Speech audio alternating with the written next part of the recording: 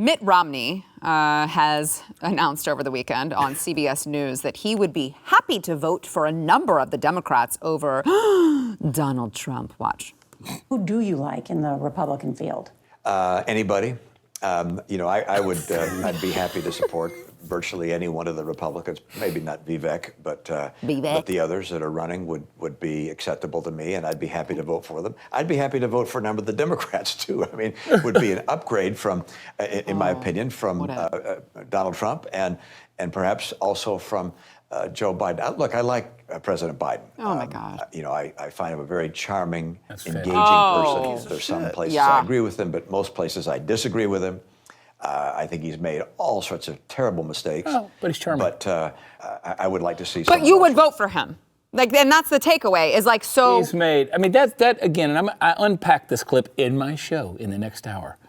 I unpack what he says there and break that down because he's charming. This is the problem with American politics. It is. He's charming. I like this guy. He's made all sorts of terrible mistakes, but I'd vote for him. But gosh darn it, he's charming. I'll vote for him. Really? I've been saying forever, mean conservatives 2024. Yes. Like we need mean conservatives. We don't need charming. We need, like get the job done.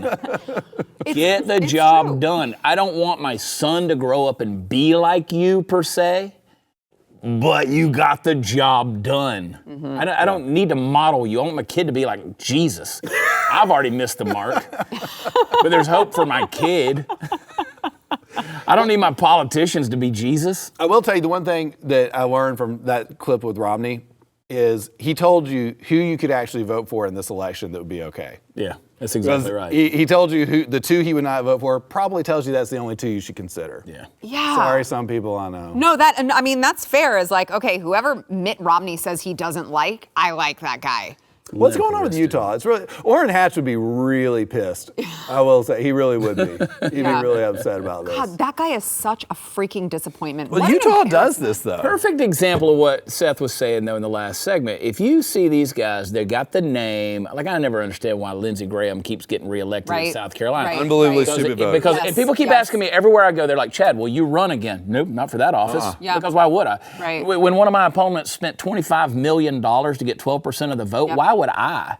Continue to run when you guys, it's all carved out. You don't pay attention to the fact. You didn't pay attention in 8th grade civics class to know that a primary election in the state of Texas that has open primaries doesn't split a vote. Stupid. And you're going to keep pushing this stuff out there, and you're stupid because you don't know what's going on. I ran campaigns for years. The average general election voter doesn't even know primaries exist or what they are. I'm not even joking. No. I know for probably this audience that's hard to believe. But I'm talking in Georgia. I'm talking places. They don't know. Look at the no percentage. Clue. Look at the percentage of people in Texas who show up to vote in a primary. Nothing. It's nothing. A million people out of 33 million people? Conservatives could change the landscape of all of this, and it takes like zero effort. It really does. Scott Presler's right. 100%. But getting 0% effort almost out of people is a lot in these things. And it's wild to me when I see like Lindsey Graham, Mitch McConnell. These are conservative places. Conservative people, and the thing, and they don't know, like, well, I don't know why it's not happening in DC.